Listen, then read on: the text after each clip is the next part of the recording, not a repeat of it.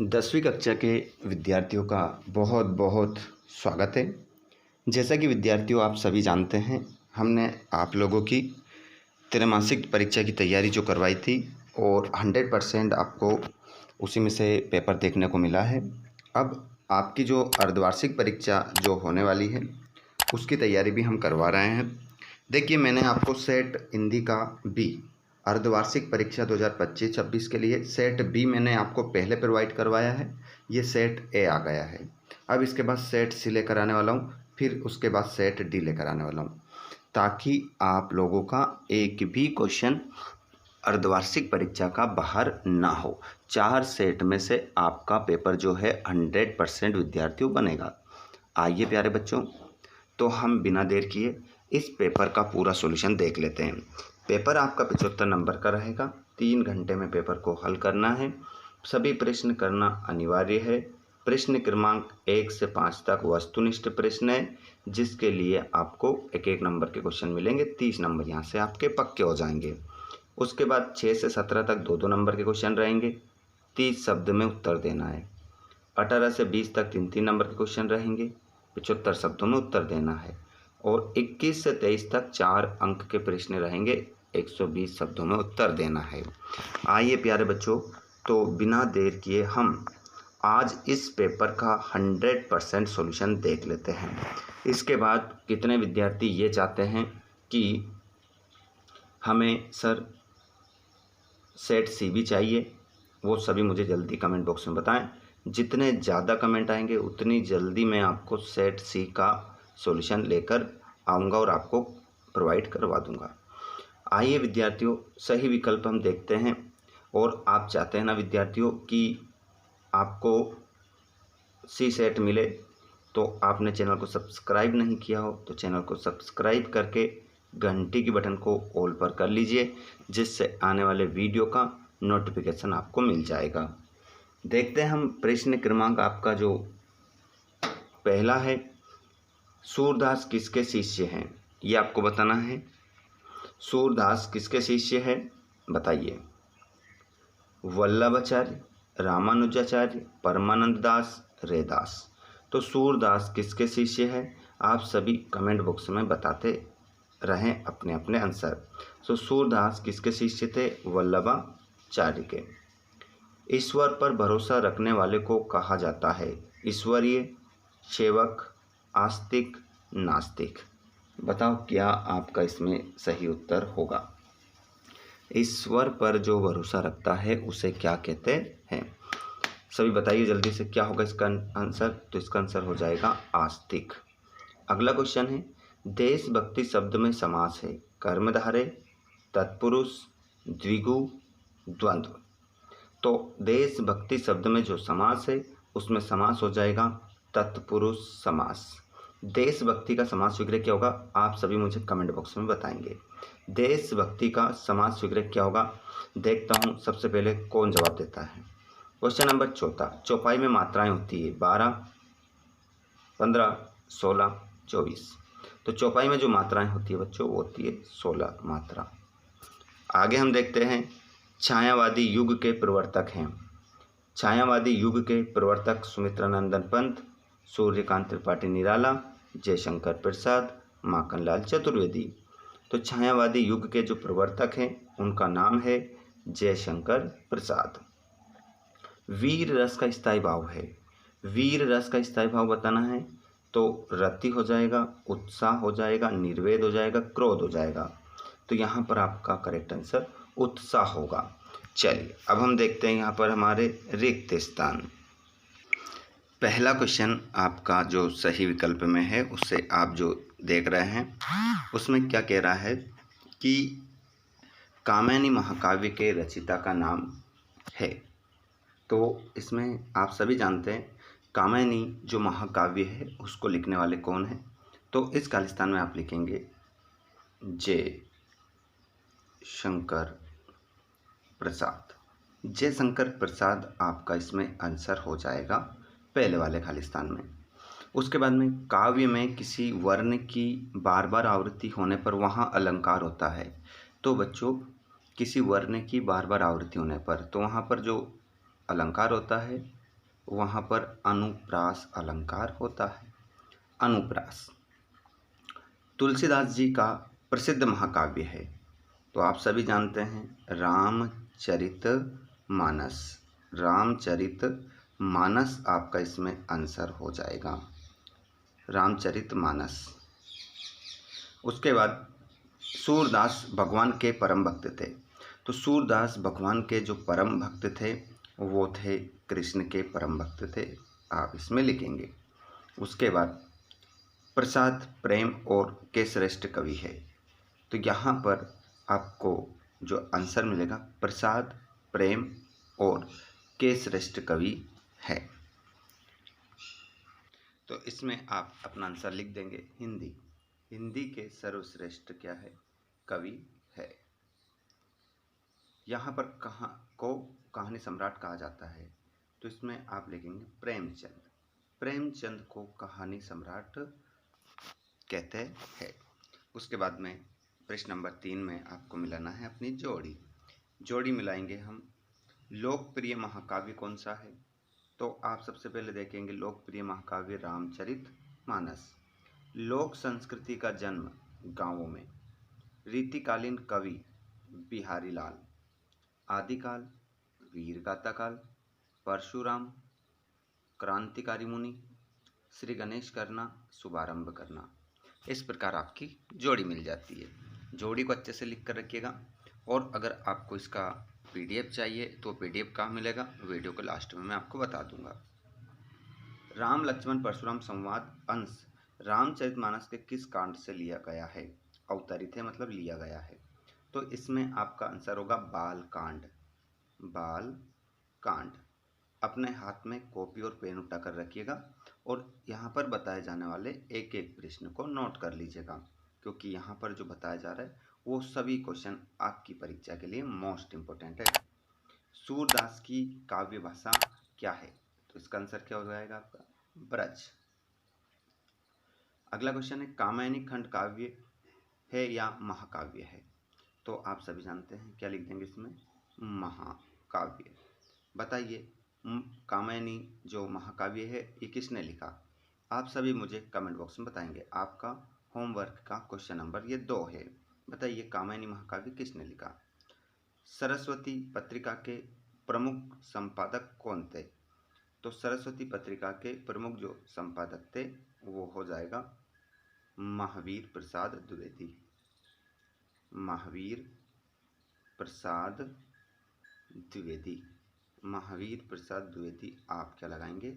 अपना आंसर लगा लेंगे, महावीर प्रसाद द्विवेदी।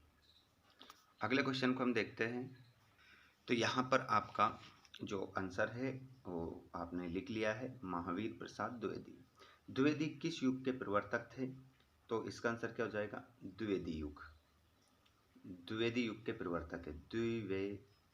द्विवेदी युग के प्रवर्तक है। उसके बाद अगला क्वेश्चन है प्रकृति के कुशल चितेरे कवि कौन है? चितेरे कौन है? तो आप इसमें लिखेंगे सुमित्रानंदन पंत।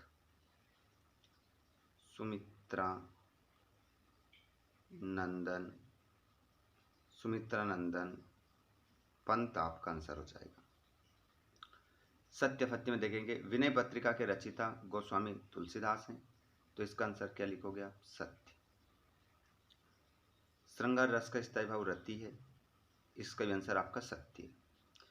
सूरदास जी निर्गुण ब्रह्म के उपासक थे। तो इसका आंसर आपका क्या होगा? असत्य। तीसरा वाला क्या होगा? असत्य। एकांकी गद्य की विधा है। तो ये भी आपका क्या हो जाएगा? सत्य हो जाएगा।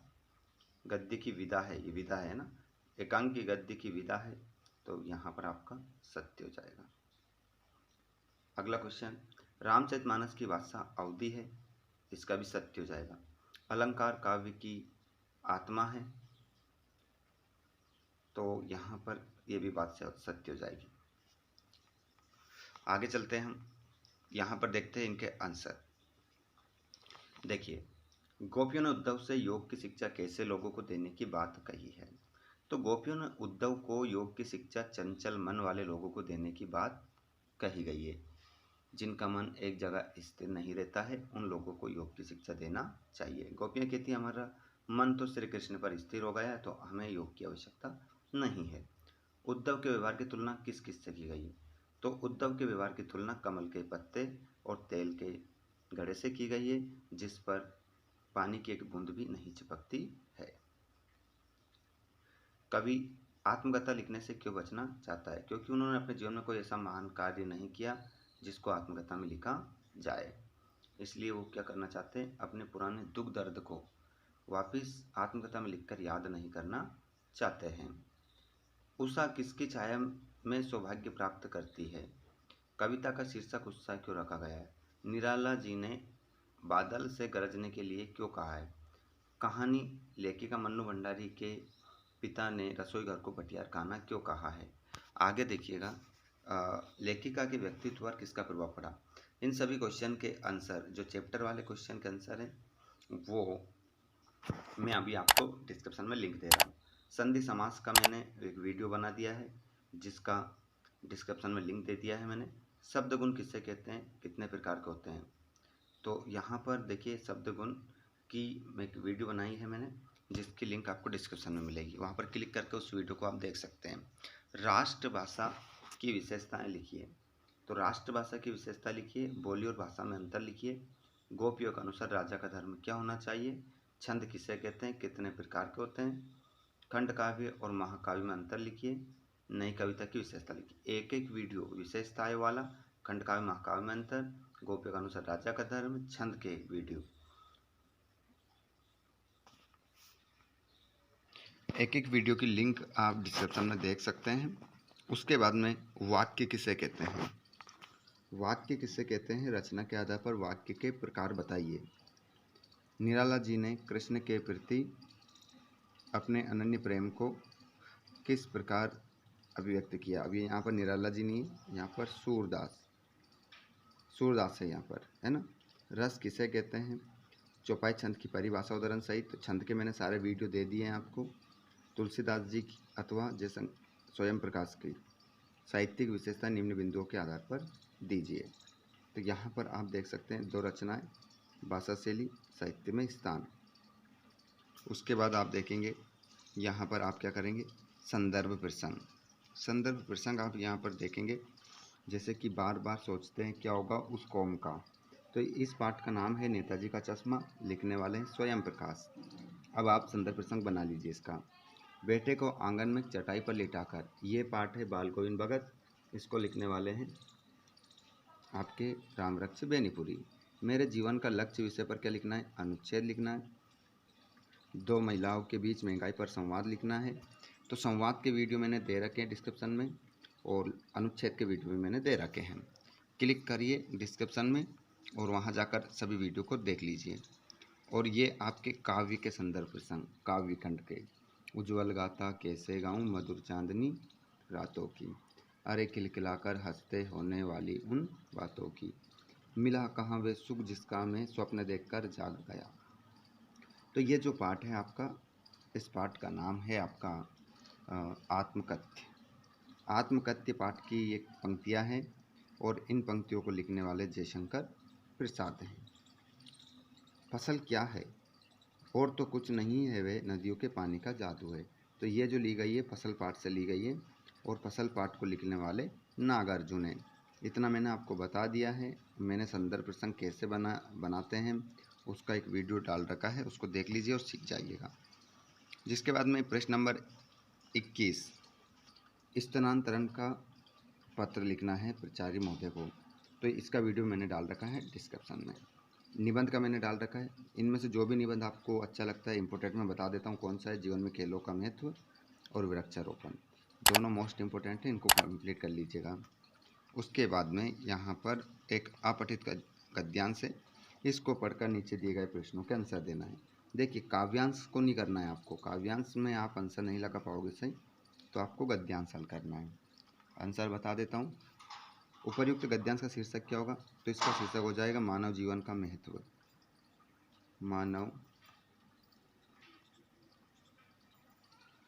मानव जीवन का महत्व हो जाएगा, ठीक है। उसके बाद उपर्युक्त गद्यांश का सारांश लगभग 30 शब्दों में लिखिए। सारांश की यदि हम बात करें तो मानव के जीवन में रोग और स्वस्थ जीवन का अत्यधिक महत्व है। उसके बाद में बीमार व्यक्ति शक्ति के अभाव में संसार में दुख में जीवन व्यतीत करता है। शरीर को सुखमय एवं स्वस्थ बनाने के लिए खेलना, तैरना, दौड़ना, भ्रमण करना अत्यंत आवश्यक है। बस सारांश हो जाएगा। शरीर में निरोगता कैसे आती है, तो आप इसको देखोगे कि शरीर में निरोगता कैसे आती है। तो यहाँ पर आप इसमें देखोगे, हम इसी में से ढूंढकर आंसर देना पड़ेगा कि शरीर में निरोगता कैसे आती है। तो इसमें आपका जो करेक्ट आंसर हो जाएगा निरोगता कैसे आती, तो देखिए खेलना, तैरना, दौड़ना, भ्रमण करना अत्यंत आवश्यकता है, जिससे हमारे शरीर में क्या आती है, निरोगता आती है। ये आपका आंसर हो जाएगा। उसके बाद में आप नीचे काव्यांश देख लेंगे, लेकिन इसको करना नहीं आपको। काव्यांश में देखिए क्या होता है, जी पहले कुछ दिन शर्म लगी मुझको, पर पीछे पीछे अक्ल जगी मुझको, जो लोगों ने बेच दिए ईमान, जो आप ना हो सुनकर ज़्यादा हैरान। तो शीर्षक क्या होगा, तो इसका शीर्षक होगा ईमान का महत्व। ईमान का महत्व आपका शीर्षक हो जाएगा। कवि को गीत बेचने में शर्म क्यों नहीं आती, क्योंकि लोगों ने क्या बेच दिया, अपना ईमान बेच दिया, इसलिए उनको गीत बेचने में शर्म नहीं आती। इसका भावार्थ लिखना है। अब इसका पूरा क्या बताना है, अर्थ बताना है। जी पहले कुछ दिन शर्म लगी मुझको, मतलब वो कह रहे हैं, कवि कह रहे हैं कि कुछ दिन पहले मुझे क्या आई थी, शर्म आई थी मुझको, पर पीछे पीछे अक्ल जगी, उसके बाद मेरे में क्या आ गई, अक्ल आ गई। जो लोगों ने बेच दिए ईमान, लोगों ने तो क्या कर दिया, अपना ईमान बेच दिया, आप ना हो सुनकर ज़्यादा हैरान। ये बात सुनकर आप ज़्यादा हैरान ना हो। मैं सोच समझकर ही अपने गीत बेचता हूँ, और मैं क्या करता हूँ, सोच समझकर अपने गीतों को बेचता हूँ, आप ना हो सुनकर ज़्यादा हैरान। अपने गीत बेचता हूँ, जी हाँ हुजूर मैं गीत बेचता हूँ, मतलब वो कह रहे हैं हाँ मैं अपनी कविताओं को बेचता हूँ, मैं अपने गीतों को क्या करता हूँ, बेचता हूँ। ऐसा इसका भावार्थ हो जाएगा। ठीक है, तो आज का ये वीडियो हमारा कंप्लीट होता है। आप लोगों को ये सेट ए कैसा लगा कमेंट बॉक्स में ज़रूर बताएं। सेट सी के लिए आप जितने ज़्यादा कमेंट करेंगे, जितने ज़्यादा लाइक होंगे, जितने ज़्यादा अपने दोस्तों को शेयर करेंगे, और सेट सी को प्राप्त करने के लिए आप चैनल को सब्सक्राइब ज़रूर कीजिएगा।